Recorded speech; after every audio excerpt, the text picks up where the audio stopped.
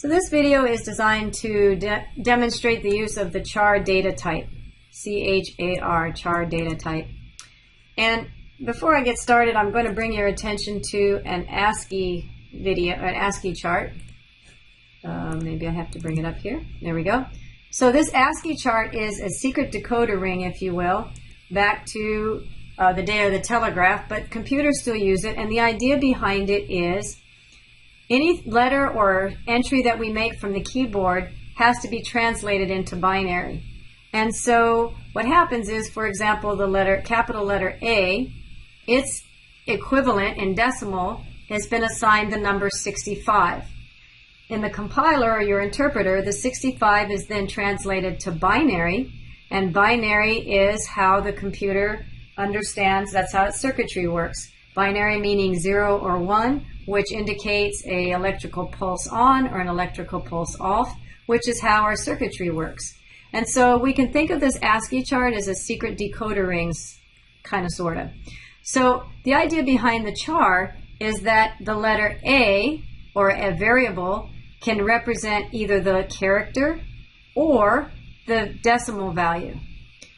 For example, A here you can see is 65, the capital A. The lowercase a then's representation in decimal is 97. If we look at a capital Z, it's 90. And then the little z then is 122. There's a chart in the back of your book which is doing the same thing. It depicts it a little bit differently, but this is just Google ASCII chart, and it's pretty easy to find an ASCII chart. So let's see this in works. So the first thing, I'm just going to kind of start simple and build on it. I'm going to start off with a char letter equals, and I'm going to give it a value of, let's go capital A for no good reason. Notice that I gave this literal a single apostrophe. The single apostrophe indicates that this is a char, that it is a single character. It is not a string, which would be in double quotes. So this single quote is done intentionally. So now let's type out system.out.println, and let's print out our letter, and we should see the A. It shouldn't be any big surprise here. Where's my output? There it is. Oop. So in fact, it printed out an A. That's fantastic. Okay, but let's try this. Let's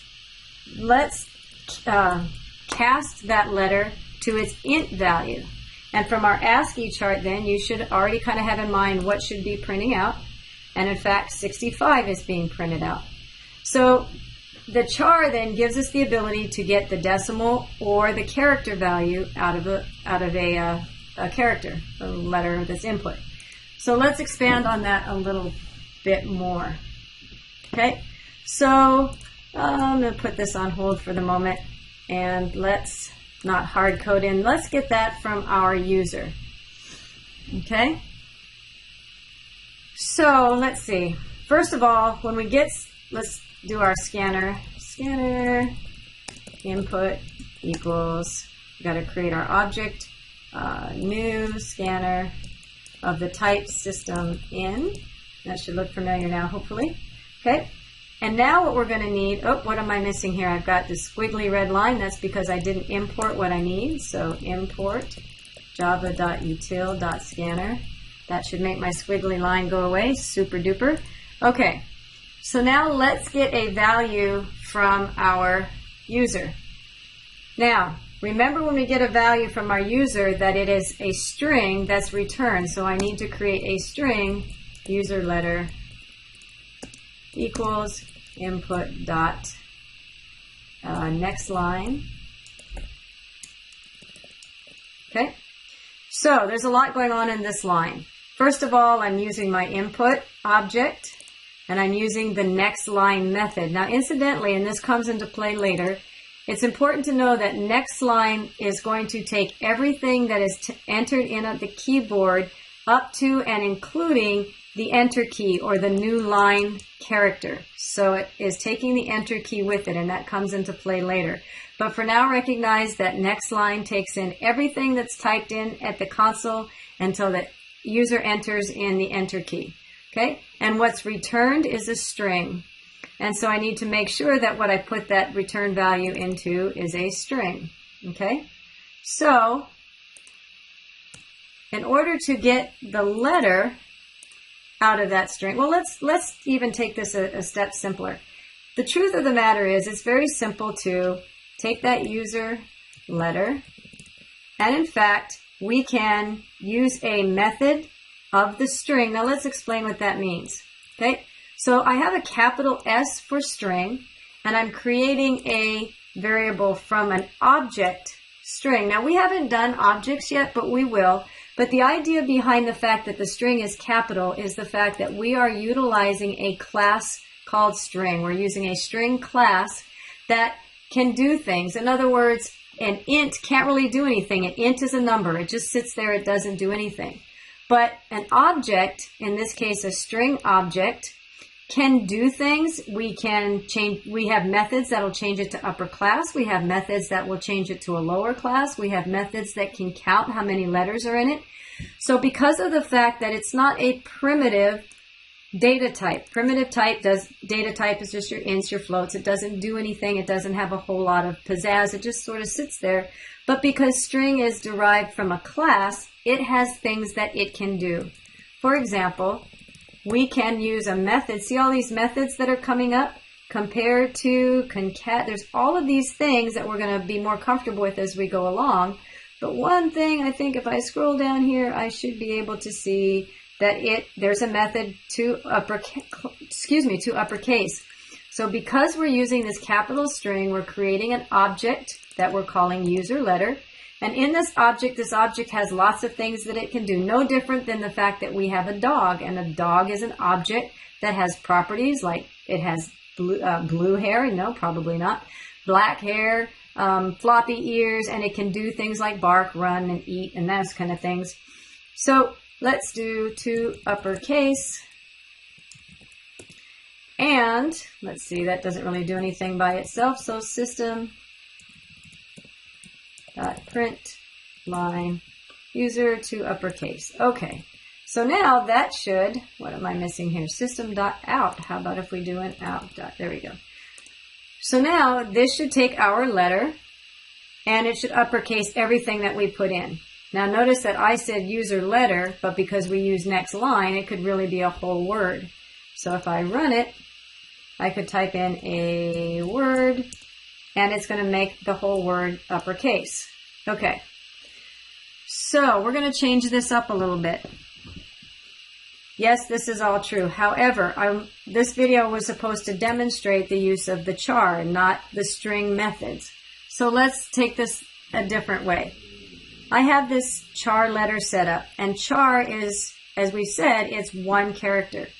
And so what I'm going to do is, I have my letter. I'm going to say letter is equal to, and I'm going to take that user letter that we got from our, or it's actually a string that we got from our user. I'm going to use a method called char at, which is simply saying I need a character at a, and this says int index. So what index position? So if you remember from 120, if you remember arrays, if you talked about arrays, and we'll talk about this a little bit later, the string, whatever string is put in, whether it be a word, in our last case it was a word, the letter A is at position 0 because computers always start at 0. So I want the first letter, in other words 0, first position. I want to take that character and put it in letter. If I wanted the second character, in other words, our example was just a word, the second character was a W, so I would say 1, which is the second position. But in this case, I'm just going to take the first position. So I'm going to take the string that was returned, I'm going to get the first character, and I'm going to put that into my char letter variable. Okay? So let's print that out and just make sure that we're doing everything. I like to do things as I go to make sure, you can kind of test as I go along so that way I don't get a whole bunch of code and then realize I've screwed something up and don't know where to go back to. So first, let's just make sure that we are getting just a single letter. Okay, so if I run this and I type a word, It's just returning that single letter, so that's good. I'm not typing back the whole word, so that's good. All right, so I'm going to erase this and move on. So now let's do this. I'm going to create an int, user decimal, and I'm going to take that letter and cast it as an int. So now, whatever letter that is, I should get the decimal value for. Remember our ASCII chart? So let's try this. So now, where's my output? Output. It's waiting for something from me. I'm going to type in an A. Oops. Let's see. Apparently I have something not working right. Maybe I didn't hit run. There we go. Guess you have to hit run in order to run. So, I typed in an A, but I didn't put any output. So let's put some output. System dot out, dot out dot print line, print. Sticky finger sometimes, and we're going to type in user decimal. So now I should get the decimal value of that letter. And let's try an A. Sure enough, there's 65. Okay, so now that we've got that working or figured out, we're starting to see that we can toggle whether we cast our letter as an int or we cast it as a char. We can alternate between that secret decoder ASCII chart between its decimal value and its letter value. All right, so again, I'm going to take this out. So now what I'd like to do is, previously we saw that, well, I can just run a method that does the two uppercase, but what I want to do is just to finagle and to play with the char data type a little bit, let's change our input letter to a capital letter or vice versa. So just for clarity, I'm going to make another int called toggle character. And so what I'm going to do is I'm going to take the user's input and I'm going to toggle it to the other case. Okay? So let's look back and see that ASCII chart again. In other words, let's look at this. If it is a capital A, that means it's going to be 65. If they've input a capital letter, it's going to be 65 through 90. If they've input a lower letter, it's going to be 97 through 122. Okay? So to convert it, I can check to see if it's uppercase or lowercase by looking at the number range. And then if it's an uppercase, I can simply add 32 to the number that was we deciphered, and therefore get the lowercase. And then subtract 32 from a lowercase to get an uppercase. So let's give that a try. So the next thing I'm going to do then is check to see what is my decimal.